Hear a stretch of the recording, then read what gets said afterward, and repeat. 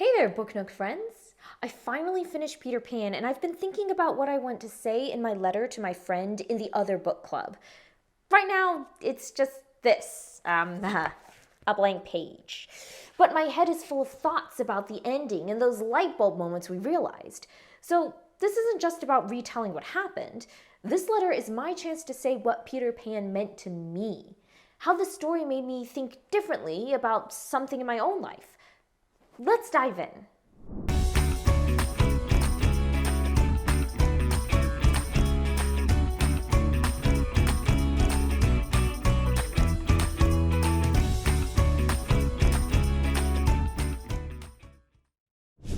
All right, so like I said, I want to talk more about what this story meant to me, what I learned from it. Remember my big takeaway? Growing up isn't just about changing. It's about how you grow and what you carry with you. Yeah, that's what I want to hold on to. That's the heart of what I want to say. So how do I turn that into a letter? One that feels thoughtful and friendly and, me. Well, I thought it might help if I walked through what makes a great friendly letter, a friendly book club letter. I have a checklist and everything.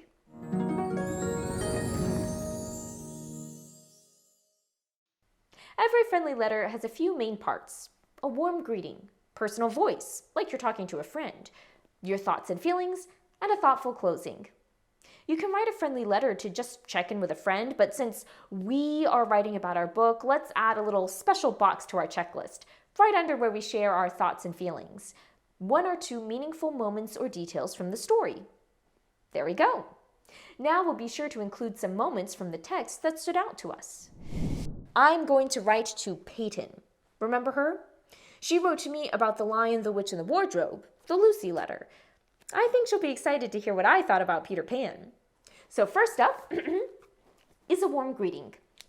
I'm going with Dear Peyton because it's a friendly letter. It's not a report or an essay. It's just like talking to a friend. Then I'll jump to a quick summary. Remember, using a personal, friendly voice. And I'm not going to retell the whole story. That would take way too long. But I do want to give Peyton a sense of the journey, beginning to end. I think I'll use one of my favorite strategies. Remember SCAR? Setting, character, action and adversity, and resolution. It helps me hit all the important beats without going off on every little detail. Here goes. I just finished the book Peter Pan by J.M. Barrie. The story starts in London, but mostly takes place in Neverland, a magical island full of danger, fun, and flying. The main character is Peter Pan, a boy who refuses to grow up and loves adventure. He brings Wendy and her brothers to Neverland, where they make new friends, have adventures, and face dangerous pirates. In the end, Wendy and the boys decide to go home and start growing up, but Peter stays behind. Great! A super quick, friendly summary that hits the most important moments. Next, it's time to share my thoughts and feelings. What did this story make me realize? What did it leave me with? Pause here to write down what you would write for this section of the letter.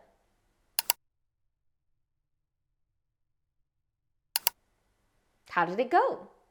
Did you write about one of the big themes we noticed in Peter Pan? Here's what I went with. You know what I keep thinking about after reading this story? It's this. Growing up isn't just about changing. It's about how you grow and what you carry with you. Okay, I've shared a big thought, the theme or message that I took with me after reading the story. It's totally okay if your big takeaway is different from mine. That's the beauty of reading. Now I want to support my ideas a bit. Time for some text evidence. Don't worry, I'm not turning this into a 5-paragraph informational essay. And we're not trying to prove we can remember every single moment from the story. We're just including 1 or 2 moments or lines that help show Peyton where my thoughts and feelings about the story came from. Here's what I'll write. Wendy is the one who shows us that we can grow up and hold on to the parts of childhood we loved. She chooses to leave Neverland, but she doesn't forget it. She brings the memories, the magic, and everything she learned back with her. She grows up, and she carries those pieces of childhood with her. Even Peter, in his own way, seemed to grow a tiny bit, caring more, especially when Tink was in danger, and helping his friends become who they were meant to be. Even if Peter never grows up in the usual way, I think he took something important with him into his next set of adventures.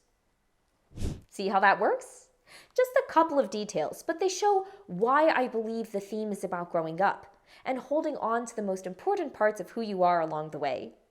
And finally, I'll write a thoughtful closing, something that encourages my friend Peyton to write back to me. How does this sound? I'm so curious what stood out to you. This story made me think about growing up in a whole new way. Can't wait to hear your thoughts. Your friend, Caroline. There it is, a friendly letter that shares how I connected to the story and what it meant to me.